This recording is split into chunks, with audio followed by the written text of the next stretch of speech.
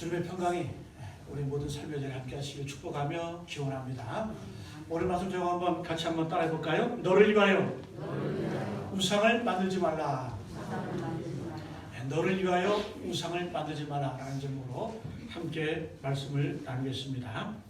우리가 이제 신앙의 베이직, 기본 10계명에 대해서 말씀 나누고 있는데 10계명 지난주에 첫 번째, 너는 나 외에는 다른 신들을 내게 두지 말라.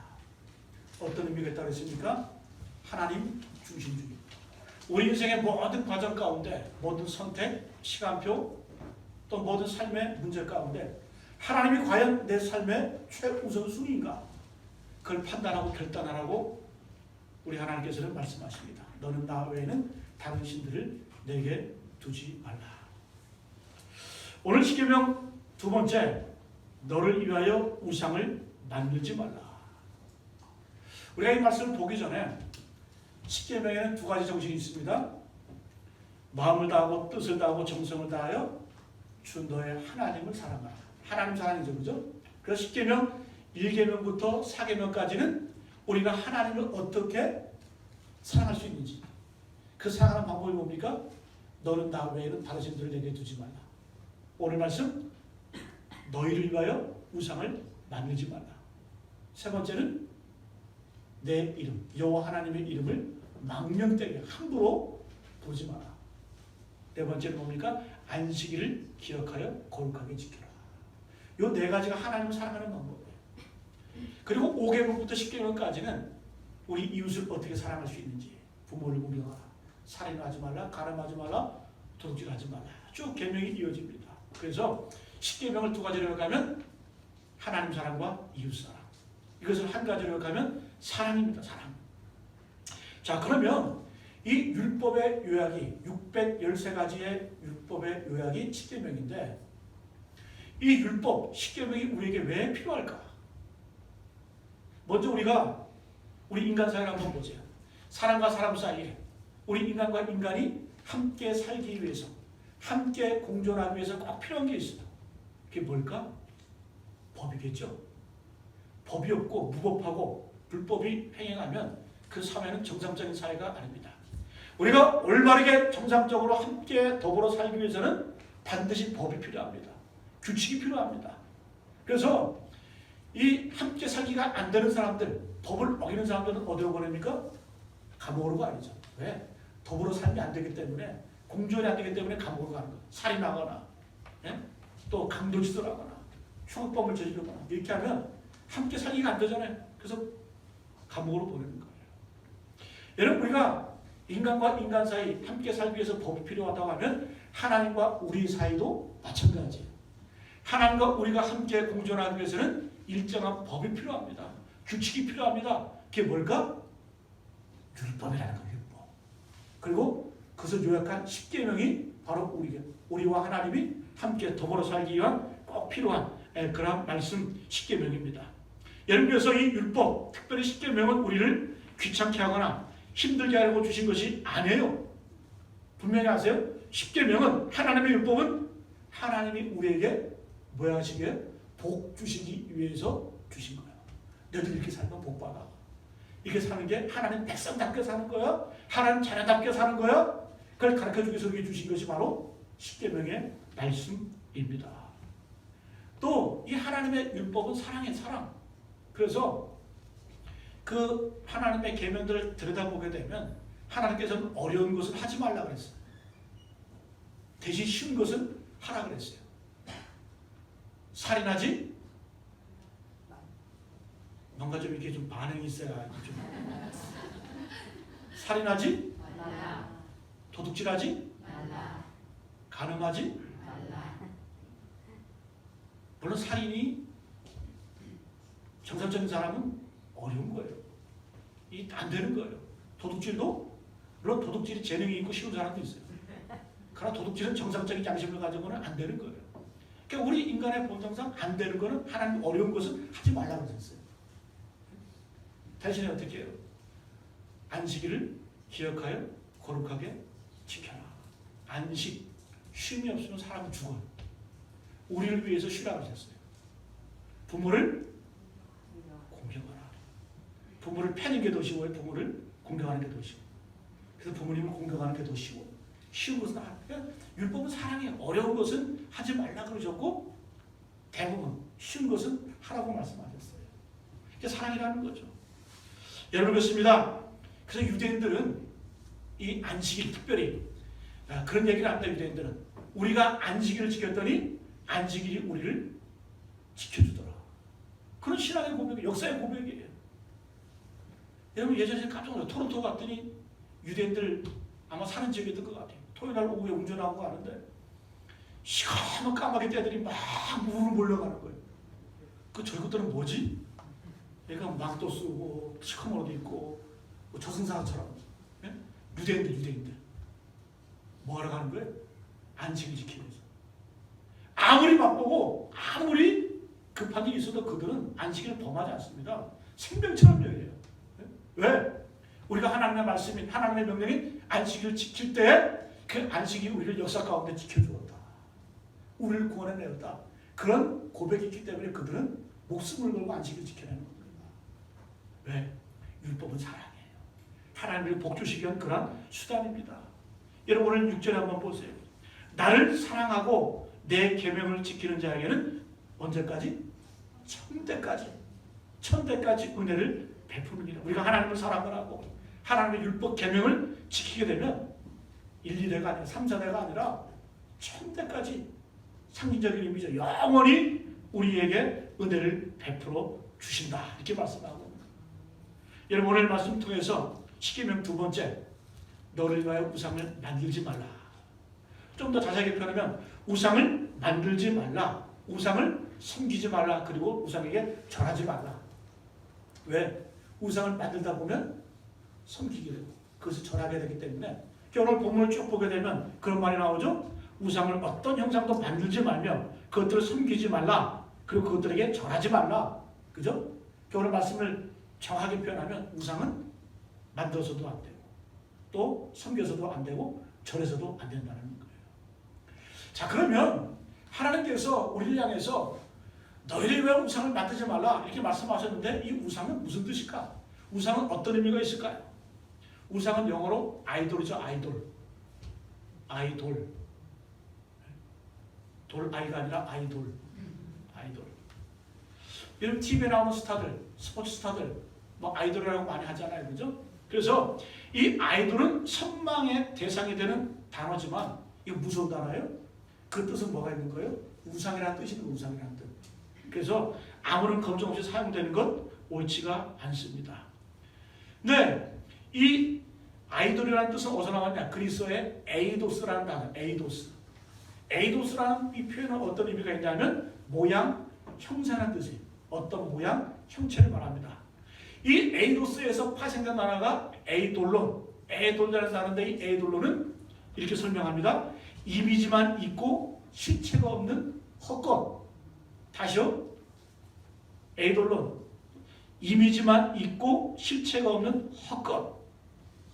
이게 우상이라는 거예요. 형상만 있어요. 모양만 있어. 그러나 그 실체 아무것도 없어요. 그게 우상이라는 거예요. 자 오늘날 여러분 아이돌들 보세요. 인기 아이돌들. 우리가 그들을 바라볼 때 우리가 보는 것은 이미지에 불과합니다. 그 친구들의 삶의 실체, 삶의 실상은 드러나지가 않아요. 겉모습만 보는 거예요. 그 내면은 감춰져 있어요. 그렇기 때문에 이 아이돌이었던 그 친구들이 뭐 인기가 영원히 되는 건 아니잖아요. 그죠? 인기가 쭉 올라가다 떨어지면 감당이 안 되는 거예요. 어떻게 할지 모르는 거예요. 널뛰기 인생이 되는 거예요. 왜? 대중적으로 소비되는 내 이미지와 내 실상이 다르기 때문에 이 감당이 안 되는 거예요. 또 우리 조상들은 세 가지 표현한다고 그랬죠. 첫 번째, 노년 궁핍. 젊어서 좀 궁핍해도 괜찮아. 열심히 벌면 되니까. 그죠? 창피한 거 아니에요. 노년 궁핍. 근데 노년에 대해서 궁핍한 건 저 힘든 얘기예요. 두 번째는 장년 상처. 5, 60대 장년 이럴 때 상처 있는 거, 배우자 잃어버리는 거, 그거 힘든, 참 인생이 불행한 거죠. 세 번째가 뭐냐? 소년 등과 어렸을 때, 소년 때 과거급제에서 출세하는 거 좋지 않다. 왜요? 내가 그걸 감당할 연륜이 안 되고 경륜이 안 되면 재앙이에요, 재앙. 예? 여러분 아이돌들 어때요? 요즘 인기가 지속되자고 떨어지니까 뭐 마약에, 술에, 쾌락에 탐닉하잖아요, 그죠? 여러분 보통 사람이 평생 동안 누려야 될 그런 인기와 부를 한 번에 누리기 때문에 그 감당 수익이 안 되기 때문에 망가지는 거예요.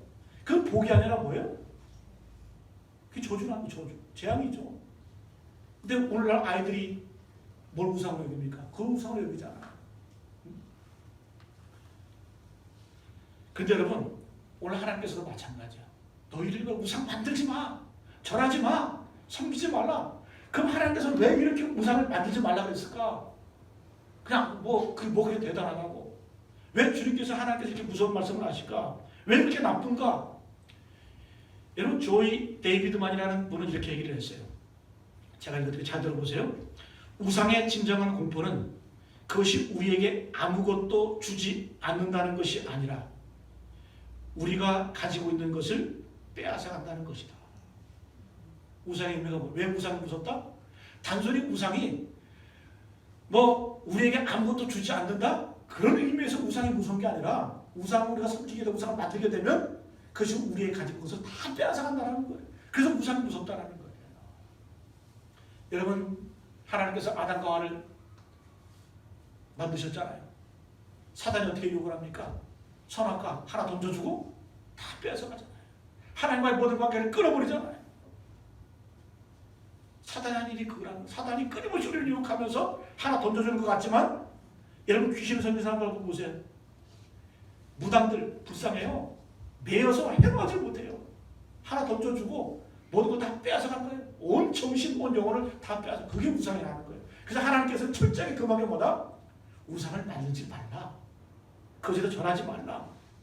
여러분 하나님께서 이스라엘 백성들을 향해서 우상을 만들지 말라 그랬어요. 새긴 우상. 여러분 히브리 노예들이 이집트 땅에서 애굽 땅에서 뭐 했습니까? 큰 피라미드를 만들었죠. 돌을 갖다가 다듬고 또 다듬으면서 왕을 위한, 죽은 왕들을 위한 우상 피라미드를 만들었어요. 단순하게 만드는 게 아니에요. 그거는 조각하면서 만들면서 그들은 뭘 경험하는 거예요? 우리는 노예에 불과하다. 평생 동안 이 억압과 속박에 매여있는 노예에 불과하다. 그런 존재다. 그럼 하나님께서 뭐라고 말씀하시는 거예요? 그들을 출애굽시키고 자유와 해방을 주시면서 너희들 더 이상 노예 아니야. 마귀에게 속한 사단에 속한 이 세상에 속한 그런 존재들이 아니야. 어떤 존재다? 하나님의 백성이고 하나님의 나라를 유혹을 받은 하나님의 거룩한 백성들이야. 여러분 새기다 보면 절하게 돼요. 새기다 보면 섬기게 돼요. 여러분 우리가 이 땅을 살아갈 때 내가 살아가는 것 묵상하고 내 마음껏 새기다 보면 그것이 나의 신이 될 수밖에 없다는 거예요. 하나님은 못 견뎌하십니다. 오늘 질투하신다고 하잖아요. 질투하신다고. 근데 신기한 것은 저는 인생을 살아가면서 하나님이 살아계시다. 어떤 면에서 또 느끼냐면 하나님께서는 내가 가장 사랑하는 걸 건드죠. 참 신기해. 여러분 하나님께서 아브라함 믿음의 사람 아브라함 뭐 달라고 그랬어요? 100세 얻은 아들. 그 아들 하나님께서 내 제물로 바쳐라 이렇게 말씀하시잖아요. 여러분 아브라함에게는 물질이 시험이 안 돼요. 왜? 아브라함은 욕심이 없어요. 물질에 대한 욕심. 그러나 100세 얻은 그 아들이 얼마나 소중해요. 근데 하나님 그걸 건드시는 거예요. 시험하시는 거예요. 여러분 명심하십시오. 내가 우상처럼 여기는 것, 내가 가장 사랑하는 것, 내가 하나님보다 더 의지하는 것, 하나님은 그걸 가지고 반드시 시험하신다는 거예요.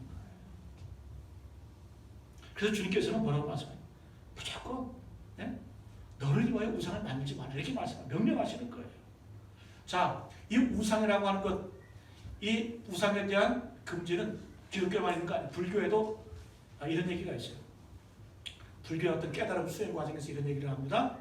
부처를 만나면 부처를 죽여라. 조사를 만나면 조사를 죽여라. 조사가 스승 아니에요? 부처를 만나면 부처를 죽여라. 스승을 만나서 깨달은 거 없으면 스승을 죽여버려라. 왜? 우상 안 되게. 기독교로 말하면 예수를 만나면 예수를 죽여라. 목사를 만나면 자신 있게 하셔도 돼요. 목사를 만나면 목사를 죽여버려라. 왜? 여러분 기독교 가운데 감리교, 장로교, 성결교. 교리 때문에 목숨 건 사람들 있잖아요. 그죠? 여러분 교리가 우리를 구원시켜준 거 아니잖아요. 교리라고 하는 건 뭐냐? 하나님께 나가는 방법 이런 것도 소개해 주는 거예요. 하나님께 나가서 그거 버려야 돼. 더 넓어져야 돼. 더 깊어져야 돼. 근데 그거에 매달려가지고 결국 교리를 만나면 교리를 죽여야 되고 여러분 목사가 어떤 존재예요? 목사는 여러분을 하나님께 인도하고 안내하는 그런 존재에 불과한 거예요. 목사가 드러나. 목사의 이름이 드러나. 네? 그 여러분 목사가 저주받는 거예요. 전 제일 두려운 게 뭔지 아세요?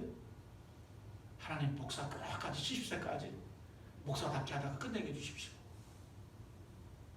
그래서 책도 안 쓴다고 그래요. 여러분 목사가 하는 일이 뭐예요? 달 가리키는 손가락에 불과하잖아요. 그죠? 여러분 손가락을 바라보면 안 돼요. 손가락이 아니라 달을 바라보는 거예요. 달을 바라보는 거예요. 그 달을 바라봤을 때, 달을 얻었을 때는 이미 손가락은 팽이쳐 버려야 돼요. 그래야 진정한 깨달음이 오는 거예요. 여러분 그래서 정통 개신교 역사 가운데 뭐 그런 운동이 일어났어. 성상 파괴 운동. 그래서 교회 안에 있는 어떤 성상들, 십자가들, 십자가까지 다 파괴시키는 그런 일들이 있었어요. 물론 여러분 이후에 교육적인 목적에 의해서 뭐 세우기도 하고 그러기도 했지만 그리스 정교회나 러시아 정교회 같은 데 가보면 스탠드 글라스에 그림이 많잖아요. 그죠? 천장에도 막 그림이 있고 또 그 옆에 이런 그림이 있고 정신이 하나도 없어. 그죠? 자 그러면은 그 우상 아니에요? 그림? 성상, 형상 아닙니까? 그럼 왜 그렇게 만들었을까? 그 당시에는 사람들이 글을 잘 몰랐어요. 그리고 성경책이라고 하는 것은 라틴어로 되어 있기 때문에 일부 특권층, 사제계급만 이 라틴어를 배운 사람들만 성경을 읽고 설명해 줄 수 있어요. 그래서 거짓말하면 몰라요. 왜? 보통 사람들은 성경을 읽지 못하기 때문에. 종교개혁 이후에 마틴 루터가 한 게 뭡니까? 독일어로 성경을 번역한 거 아니에요? 그때부터 깨치기 시작한 거예요. 깨치기 시작한 거예요. 자, 그런데 성당 같은데 교회, 이 유럽 교회 같은데 가보면 스탠드글라스 그림 같은 게 많은데 왜 그래서 글을 몰랐기 때문에 그래. 그래서 글을 모르지만 그 그림을 쭉 보게 되면 어떻게 해요? 예수님이 하신 일들, 예수님이 하신 말씀들을 그림으로 묘사하는 거예요. 그러니까 글로 읽지는 못하기 때문에 그래서 여러분 함부로 카톨릭 교회 가가지고 유럽 같은데 성주순례 가가지고 이건 다 우상이야! 이렇게 하면 어떻게 무식하다는 소리 듣는 거예요. 그건 뭐예요? 글을 모르는 사람들, 그 당시에 일반 민중들은 몰랐기 때문에 그림만 보면 아 예수님 이런 일을 하셨구나, 예수님 이런 말씀하셨구나, 예수께서 이런 교훈을 주셨구나. 그래서 그림으로서 깨닫게 되는 거지. 그래서 우리가 중요한 건 뭐냐? 우상을 만들지 말아야 되지만 영적인 매개체와 우상은 구분해야 돼요. 그죠? 십자가를 바라보지만 이 십자가를 바라볼 때 십자가 이 자체에 나무 토막 요거에 힘이 있다, 능력이 있다. 그 뭐가 되는 거예요? 우상이 되는 거예요. 우리는 뭘 보는 거예요? 십자가를 넘어서 십자가를 바라볼 때 그 넘어 계신 그 하나님의 그 초월적인 사랑, 그 놀라운 십자가의 보혈의 은혜, 그걸 그 경험하고 받아들인 거 아니겠어요? 그죠? 이게 뭐야? 영적인 매개체. 그 영적인 매개체는 중요하지만 우상은 위험한 거예요. 어떤 분은 그래요. 자다가 악몽을 꾼대. 악몽을 꾸는데 그 어떤 그렇게 악몽을 꿀 때마다 성경책 비고 자면 꿈을 안 꾼대. 편안하게 자. 성경이 여러분 그거 아니에요. 그거 아니에요. 우상처럼 성경 보는 거예요. 어떤 분들은 주기도문 뭐 어떤 목사님한테 상담했다 그러죠. 목사님 내 마음껏 의심이 너무 많아져요. 믿음이 없어요. 의심이 너무 많아요. 목사님 이렇게 처방했대잖아요. 주기도문 1만 번 외워라. 1만 번. 여러분 1만 번 주기도문 외우면 어떻게 되는 줄 아세요? 의심이 사라진 게 아니라 의식이 사라져. 죽을 수도 있어요. 여러분 주기도문은 주문이 아니에요. 무슨 우상처럼 무슨 거기에 뭐 힘 있는 거죠. 우리가 주기도문 신앙의 고백이고 주기도문 우리가 일깨기다 가르쳐주신 기도이지 그거 외우면은 질병이 떠나고 그거 외우면 뭐 저주가 벗어나고 그런 식으로 믿으면 안 된다. 그 우상이 될 수가 있다는 겁니다. 솔로몬이 성전을 지은 다음에 이렇게 고백합니다. 내가 성전을 지었지만 하나님은 온 우주 만물에 거하시는 하나님은 이 건물 안에 거하시는 분이 아니시다. 하나님의 이름만 이곳에 있다. 그래서 이렇게 고백합니다. 열왕기상 8장 27절 말씀에 하나님이 참으로 땅에 거하시리까 하늘과 하늘들의 하늘이라도 주를 용납하지 못하겠거든. 하물며 내가 건축한 이 성전이 오리까. 온 우주에 충만한 하나님, 땅도 다 그분을 감당할 수 없고 하늘도 감당할 수 없고 하늘 안에 있는 모든 것도 감당할 수 없는데 하물며 내가 지은 이 성전 안에 하나님께서 갇히시겠냐? 그거 아니라는 거예요. 그래서 성전이라고 해서 하나님의 임재를 상징하는 상징에 불과한 것이지 성전이 우상이 되고 건물이 우상이 되고 사람이 우상이 되는 건 위험한 거라는 거예요. 여러분 조심하시기 바랍니다. 어떤 분들은 교회 아름답게 찾아놓고 교회가 우상이 돼. 어떤 목사는 유명해져서 우상이 돼. 그게 저주라는 거지, 저주. 저는 분명히 뭐라고 말씀해요? 너를 위하여 우상을 만들지 말라. 여러분 마리아상, 바울상 위험할 수가 있어요. 물론 여러분 우리가 마리아상 보면서 하나님의 부성적인 측면보다 그 마리아상을 보면서 카톨릭 사람들은 그걸 섬기는 게 아니고 거기에 뭐예요? 하나님의 모성적인 측면을 강조하기 위해서 마리아상 세운 의미도 있어요. 그러나 잘못하면 위험 요소가 될 수 있다는 거예요. 그래서 아예 하나님 뭐라고 말씀해요? 우상을 만들지 말라. 그것을 섬기지 말라. 그것에 절하지 말라. 우상은 어떤 의미인지 우리가 함께 나눴습니다. 자, 그러면 우리가 우상을 왜 만들까? 예? 우리 인간은 끊임없이 우상을 창조해내고 만들어냅니다. 제 사무실에 있는 책 중에 신의 역사라는 책이 있어요. 카렌 암스트롱이라는 그 수녀가 위대한 종교학자예요. 그분이 카렌 암스트롱이 쓴 책인데 신의 역사라는 책이 종교학에서 아주 참 역작입니다. 근데 책 서문에 뭐라고 쓰냐? 태초에 인간이 하나님을 창조했다. 잘 들어보세요. 태초에 인간이 하나님을 창조했다. 창세기 1장 성경은 뭐라고 말합니까? 태초에 하나님이 천지를 만드셨다. 근데 그 책에서는 반대로 태초에 인간이 신들, 하나님을 만들었다. 어떤 의미일까요? 우리 인간의 본성은 끊임없이 우상을 그 책의 의도는 뭐냐? 하나님이 없다는 게 아니라 하나님은 인간을 만든 신이라는 그 존재가 그 의미가 아니라 우리 인간은 끊임없이 본성상 신을 만들어내고 창조해내고 만들어내고 바로 인간의 본성이라는 거예요. 자, 그럼 우리 인간은 왜 이렇게 우상을 만들어낼까? 첫 번째 이유는 간단합니다. 불안하기 때문에, 두렵기 때문에 끊임없이 인간을 신을 만들어내는 거예요. 창조해내는 거예요. 어제 제가 우리 막둥이를 안고 잤어요. 그 옆에 이제 우리 둘째가 자기 구석에서 자고 있고. 근데 어린아이들 한번 보세요. 어린아이들은 엄마가 안 보이잖아요.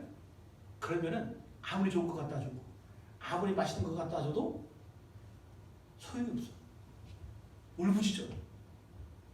어제 이제 엄마가 할머니가 좀 편찮으셔서 할머니 댁에 갔거든요. 그러니까 아빠하고 자자고 난 저 방에 혼자 이제 자는데 코를 많이 골아서 네? 아빠랑 자자고 그래서 제가 안아주면서 옛날 얘기를 해줬어요. 너희 둘째는 막 유치하고 재미없다고. 너희 막둥이는 진작에 눈 화두게 쳐다보는 거예요. 응? 그러니까 아빠랑 이렇게 안아주고 이렇게 하니까 애는 안심이 되는 거예요. 그 자는 거 품 안에서. 그럼 인간이 어떤 존재예요? 이 세상 끝까지 우리가 만족하는 존재가 아니라는 거예요. 어거스틴의 말처럼 우리가 주님 안에 품 안에 안길 때, 주님 품에 들어갈 때 우리 인생에 참다운 안식이 있고 평안이 있고 기쁨이 있게 된다는 거예요. 왜? 인간은 불안하기 때문에.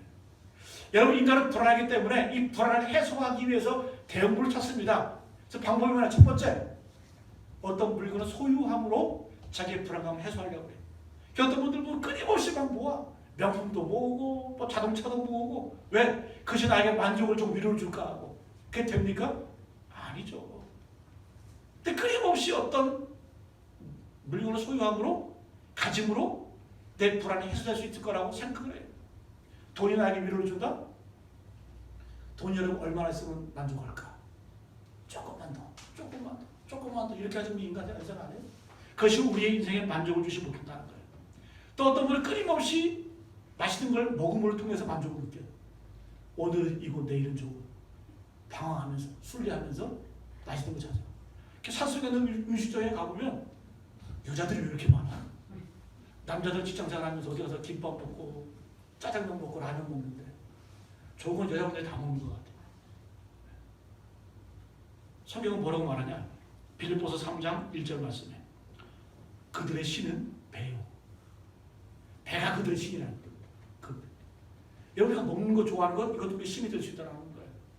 내가 가장 사랑하는 것 우리의 우상이 될 수 있다는 겁니다. 여러분 사람은 끊임없이 뭔가 만들려고 하고 소유하려고 하고 남기려고 해요. 그래서 우리가 연세가 들수록 조심해야 될 게 뭐냐? 노역을 버려야 돼요. 자꾸 뭐 하는 연습? 내려놓는 연습을 해야 삶이 평안해지는 겁니다. 그래서 우리 인간은 불안한 것을 채우기 위해서 소유해요. 두 번째는 사람에 집착합니다. 네? 끊임없이 묻잖아요. 남자는 여자에게, 여자는 남자에게. 아직도 나 사랑해? 너 나 사랑해? 네? 그 묻잖아요. 그죠? 왜? 집착하면 그 사람이 내 소유가 되면 소유의식을 갖고 있으면 마음의 평안이 오고 안식이 오고 행복을 갖다고 착각을 하는 거예요. 그러니까 우리 인간은 누군가가 매여 있어야 소속감이 있어야 행복하거든요. 끊임없이 어떤 관계 가운데 소유하려고 하고 내가 누군가에 들어가려고 합니다. 그러나 여러분 진정한 불안을 해소하는 비결, 두려움을 해결하는 방법이 뭔지 아세요? 하나님으로 채우시기를 축복합니다. 아멘이십니까? 하나님으로 채우시기를 축복합니다. 하나님으로 채우라는 얘기는 뭐냐? 여러분 인생이 불안하시죠? 때론 두렵죠? 왜? 우리 인간의 미래를 모르기 때문에. 저도 두려울 때가 있어요. 그러나 이 두려움, 불안을 해소하는 방법이 있어요. 그게 뭐냐? 두려움의 대상을 바꿔버리세요. 이 의미는 뭐냐? 이 세상을 두려워하지 말고 하나님을 두려워해보세요. 하나님을 경외해보세요. 그럼 이 세상의 두려움이 순식간에 사라져요. 참 신기해요. 그러니까 우리가 두렵고 불안할 때 한번 두려움의 대상을 한번 바꿔보세요. 여러분 내가 두렵다는 이 세상의 것들과 두렵다는 얘기는 뭐냐?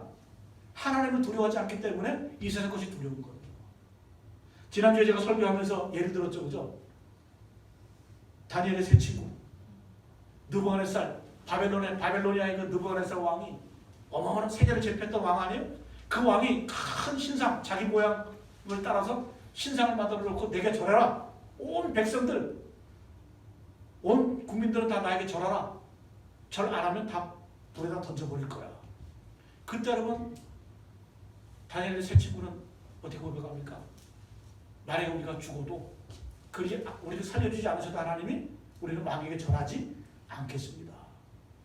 자, 단순하게 생각해 보세요.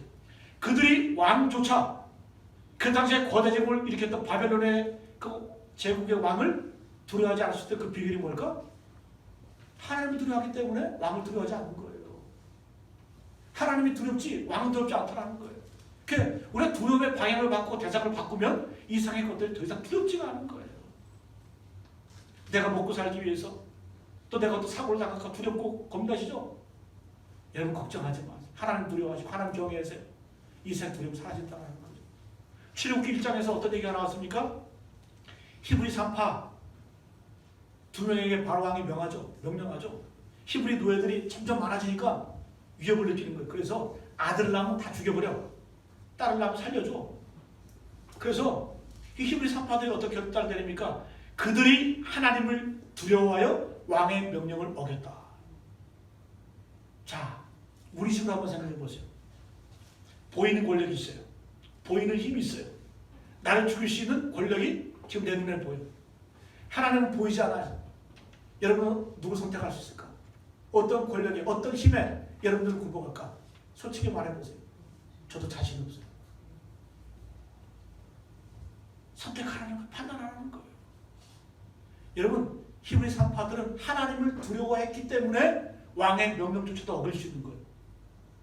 왕도 두려워하지 않는 거예요. 그 배짱, 그 용기는 어디서 나올까? 하나님을 두려워할 때 이 세상 것들이 두렵지 않아요. 더 이상 두렵지 않은 거예요. 저는 우리 보람이 이렇게 성도들이 다 담대하시기를 축복합니다. 죽음도 두려워하지 마세요. 왜? 예수님 뭐라고 말씀하세요? 마태복음 10장 28절 말씀에 몸은 죽여도 영혼은 능히 죽이지 못하는 자들을 두려워하지 말고 오직 몸과 영혼을 능히 지옥에 멸하실 수 있는 이를 두려워하라. 사람 두려워하지 마세요. 사람은 우리 몸은 죽여도 우리 영혼은 죽이지 못해. 그러나 예수님께서 하나님 두려워하는 이유가 뭡니까?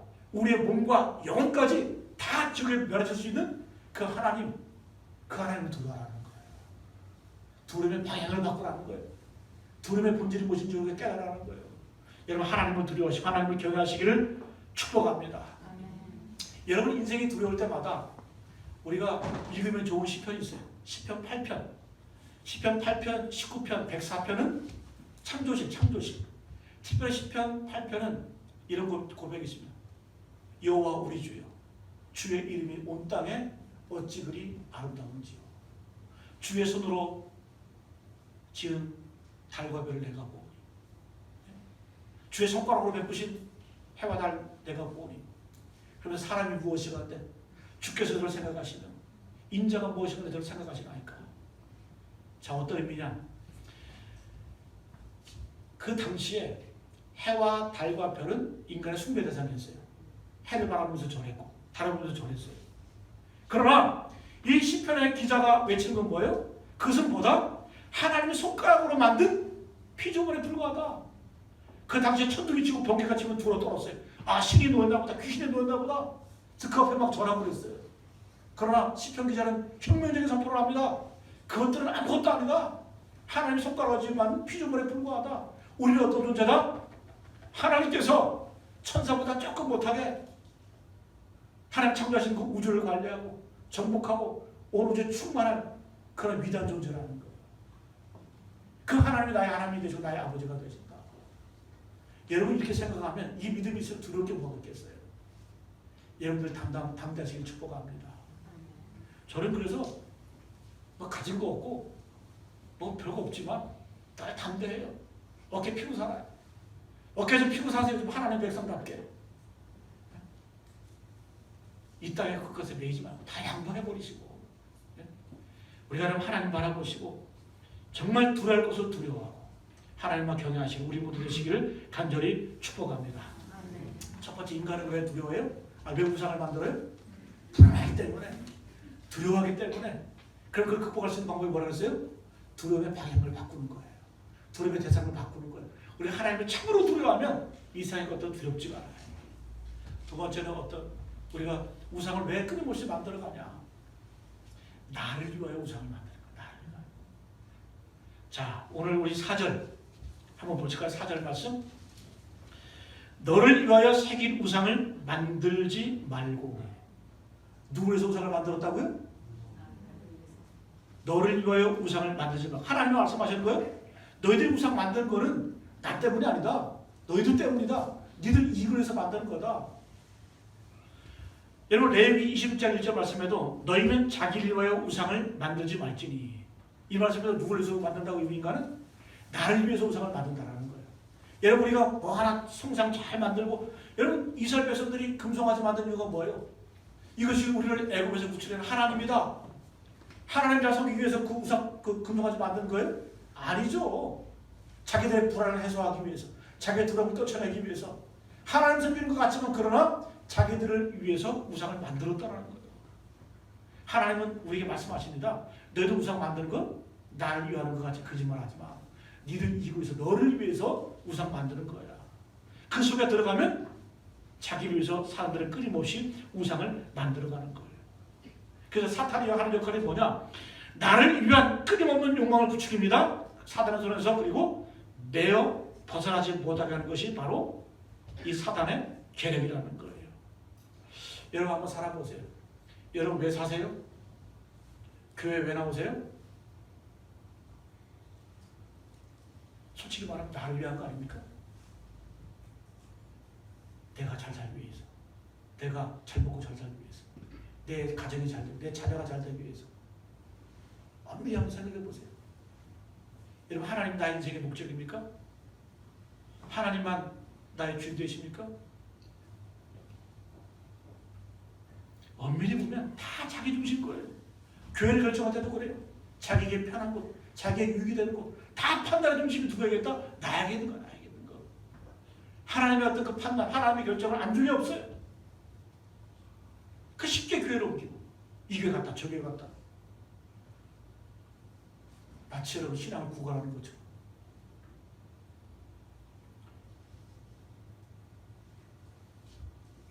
그런데 여러분, 우리의 신앙이 성숙된다는 건 뭐냐? 우리의 신앙이 성숙된다는 건 뭐냐면, 우리의 신앙이 자랄수록 성숙될수록 나를 위해서 예수 그리스도를 위하여로 바뀌어지는 거예요. 하나님 위하여로 바뀌어지는 거예요. 여러분, 우리 옛날 우리 어르신들 신앙에 우리 부모들은 그런 찬양을 불렀어요. 존귀 영광 모든 곳에 주님 홀로 받으소서. 멸시천대 십자가는 내가 지고 가오리니. 이런 고백이 있고 이런 노래를 하는 분들에게는 우상이 없어요. 왜? 매도 존귀와 영광은 주님. 내가 교회를 선택하는 것도, 내가 신앙생활 하는 것도, 내가 하나님을 믿는 것도 하나님을 위해서. 내가 하나님을 위해서 어떤 일을 할까? 내가 먹든지 마시든지 무엇을 하든지 내가 어떻게 하나님을 할 수 있을까? 그런 고백이 나오는 사람들은 우상 숭배를 할 수가 없다라는 거예요. 그래서 여러분, 너무 똑똑하니까 우상 숭배하는 거예요. 철저하게 신앙생활 할 때도 내가 하나님 내 중심 모셔드릴 것 같지만, 그러나 잘 한번 들여다보세요. 우리 지난주에 점검해봤잖아요. 나의 재정 문제에 있어서, 나의 관심의 문제에 있어서, 나의 관계성 속에서, 나의 인생의 시간표 가운데, 내 인생 문제 가운데 과연 모든 판단, 모든 결정, 그 기준이 누군가? 그 기준이 무엇인가? 내가 하나님께 과연 묻고 기도하고 하나님의 결정을 기다렸는지. 우상도 마찬가지라는 거죠.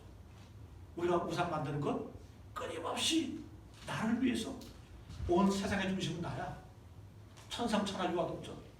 하늘 위 하늘 아래 나만 홀로 존재한다. 그게 우상이라는 거죠. 여러분, 예수님도, 우리도 이런 시험에 유혹에 있는 것이 아니라 예수님도 이런 시험, 유혹을 겪으셨어요. 예수님께서 이제 공생애 30년의 그 사생애를 마치고 공적인 생애, 공전을 시작하실 때 이 마귀에게 그 예수님께서 광야로 가셔가지고 40일 동안 금식하시잖아요, 그죠?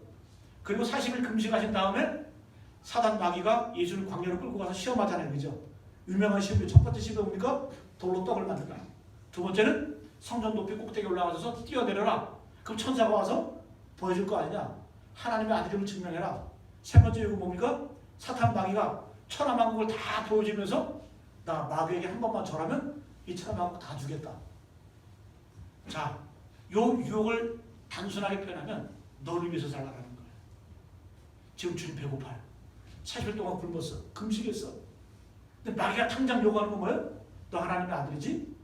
돌로 떡을 만들어서 먹어. 어떤 의미일까요? 하나님의 뜻이고 뭐고, 십자가고 뭐고, 인류구원이고 뭐고, 네 배부터 채워. 네 배부터 채워야 거야. 그 유혹 아니에요? 그럴싸한 유혹 아닙니까? 또 사단 마귀가 예수님을 성전 꼭대기에 올라가 뛰어내려라. 그럼 천사가 와서 너를 위하여, 그가 너를 위하여 천사를 보내서 안전하게 지켜줄 것이다. 그럼 예수님은 영광 받겠죠. 와, 하나님의 아들이다. 예수님이 이 땅에 오신 목적이 뭐예요? 섬기기 위해서, 죽기 위해서, 십자가 지기 위해서, 인류 구원을 위해서 십자가에 죽기 위해서 이 땅에 오셨어요. 그러니까 사탄 마귀가 끝없이 요구하는 건 뭐예요? 네 영광 받아. 네가 영광 받아. 네가 높아져. 하나님의 아들임을 증명해. 끊임없이 너를 위한 유혹을 우리에게, 예수님에게 하고 있는 거예요. 마지막 유혹도 천하만국을 다 보여주면서 내게 한 번만 절해. 우상에게 한 번만 절해.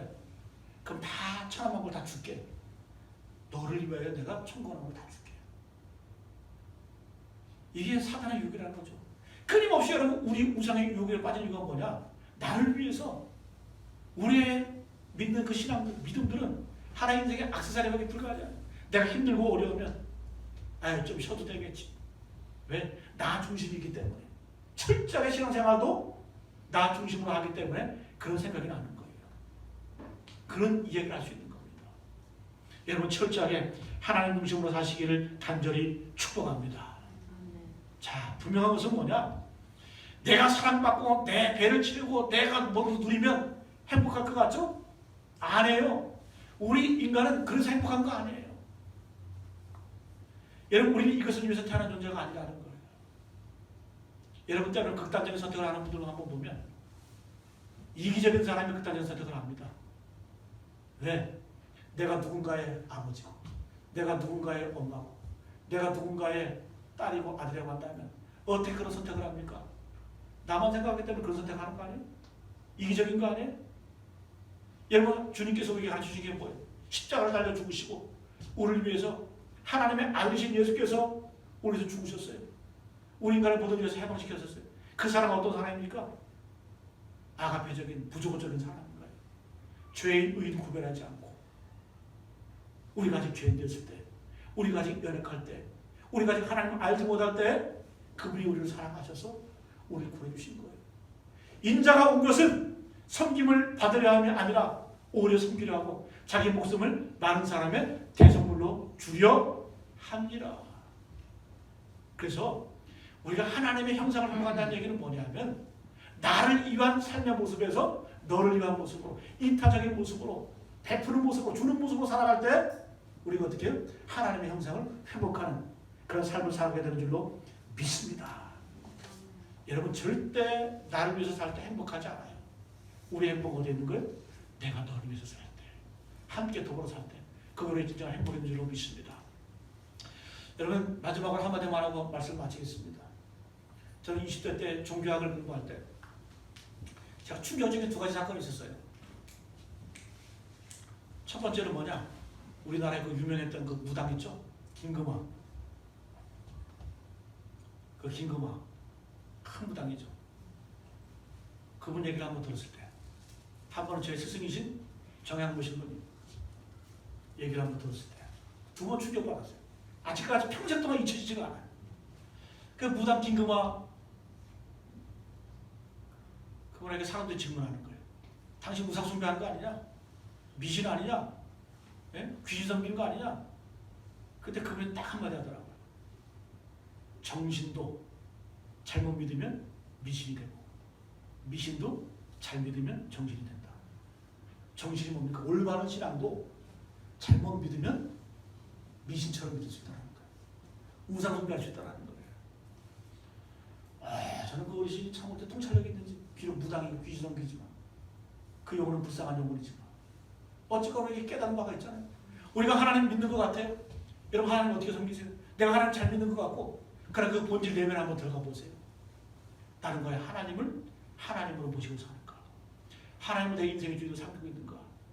하나님은 과연 내 인생의 액세서리 정도 주변화시켜서 제 구석에 처박고 있는지 아는지 모든 판단이 내 결정이고 내 생각이고 내 판단 나를 위한 그런 신앙이 아닌지 그렇다고 한다면 우리는 우상숭배하는 겁니다. 미신을 섬기는 겁니다. 자기 본연을 믿는 거예요. 여러분 목사도 그렇게 믿을 수가 있어요. 제가 정양무 신부님 말씀하셨죠. 정양무 교수 그분이 독일에 가서 한국 믿음으로서 최초로 그 신학 그 박사학위 하고 오신 분이에요. 근데 그 정양무 신부님이 그 개신교 신학자들하고 함께 이렇게 개신교 신학자들하고 카톨릭 신학자들하고 함께 모여서 만든 성경이 있어요. 우리가 같은 기독교인인데 성경을 통합하자. 그래서 만든 성경이 뭐냐면 공동번역 성서예요. 그게 카톨릭하고 개신교하고 합쳐서 학자들이 모여서 만든 성경이 공동번역 성서인데 카톨릭에서 그걸 쓰고 있어요 지금. 또 우리 개신교는 배신하고 안 써. 개혁개정 한글판을 쓰고 있잖아요, 그죠? 근데 이 정양무 교수님이 한번 세미나를 하면서 젊은 목사가 벌떡 일어나더래요. 손을 들고 질문하는 줄 알았대. 질문하고 그 말씀하시라니까 카톨릭은 이단, 예? 이단인데 우리가 이단들과 함께 어떻게 이렇게 하나님의 거룩한 말씀을 나눌 수가 있나? 나가버리더래요. 그래가지고 신부님이 속으로 이렇게 말씀하셨어요. 저 목사는 예수 귀신이 들어가도 더럽게 들어갔다. 여러분 한번 생각해 보세요. 그분이 예수를 안 믿었어요. 그리고 목사가 아니었어요. 그럼 우리 한국인의 예의상 나이 많으신 어르신한테 그렇게 함부로 말해요, 안 해요? 안 하죠. 함부로 그렇게 얘기 안 해요. 아무리 시대가 변해도. 그 젊은 목사가 나이 먹은 그 교수를 향해서 카톨릭은 이단 아닙니까? 함부로 무례하게 얘기했으면 그 이유는 뭐예요?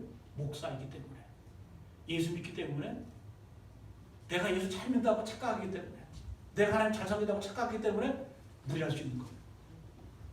잘못 믿는 거죠. 자기 본의로 나를 위하여 믿는 거예요.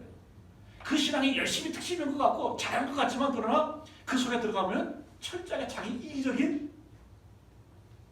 그런 자기 본의 신앙이라는 거예요. 여러분 이거 무서운 얘기예요. 이거 우리도 범할 수가 있는 그런 거예요. 여러분 하나님 믿음을 제대로 믿으시길 축복합니다. 신앙은 몰상식이 아니에요. 비이성이 아니에요. 이성을 뛰어넘어서 또 상식을 초월하는 그런 윤리성이 있어야 되고 그런 배려가 있어야 되고 그런 사랑이 있어야 되고 그것이 바로 하나님의 성품, 하나님의 뜻이고 하나님 자라다운 그런 백성의 삶인 줄로 믿습니다. 오늘 말씀을 마치겠습니다. 오늘 여러분 주님 분명히 말씀하세요.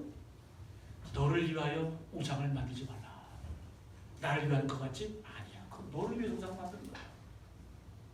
왜 우상 만들까요? 불안하기 때문에. 우리 인간은 본질적으로 불안해, 두려워요. 늘 엄습해와 그런 것들이. 그러나 어떻게 불안을 이길 수 있을까? 두려움의 방향을 바꿔보세요. 하나님을 두려워하세요. 그럼 세상이 두렵지가 않아. 평안해져요. 여러분, 너를 위해 우상을 만들지 마라. 여러분 주님 뭐라고 약속하세요? 5절 보니까 나를 미워하는 자의 죄를 갚되 우리가 우상 숭배하면 하나님 그 죄를 갚아주시면 어떻게 한다? 아버지로부터 아들에게로 3, 4대까지 이르게 하거니와. 그럼 하나님 무슨 하나님? 저주 하나님입니까? 아니 6절을 보세요. 6절. 나를 사랑하고 내 계명을 지키는 자에게는 1000대까지 은혜를 베푸느니라. 보응은 3, 4대, 은혜는 1000대, 1000대. 하나님의 사랑이 하나님의 어떤 그러한 징계보다 보응보다 더 크다는 거예요. 크신 하나님. 저것이 하나님과 얼마나 좋은지. 하나님은 인자와 진리 하나님이잖아요. 진리는 기준을 세운 거잖아요. 그 하나님께서 기준을 세워주시지만 율법을 주셨지만 그러나 때로는 그 율법을 허물어 주셨어요. 그 사랑을 우리에게 보여주셨어요. 그 기준을 헐어버리시고 그 사랑이 1000대까지라는 거예요. 그 은혜가 1000대까지라는 거예요. 여러분 이 주님 붙드시고 이 주님 바라보시고 이 주님 앞에 올바로 섬기고 올바로 신앙생활 하시고 인생의 주인 하나님을 참으로 섬겨가는 하나님의 자녀들 백성들 되시기를 축복합니다. 하나님만 예배하시길 바랍니다.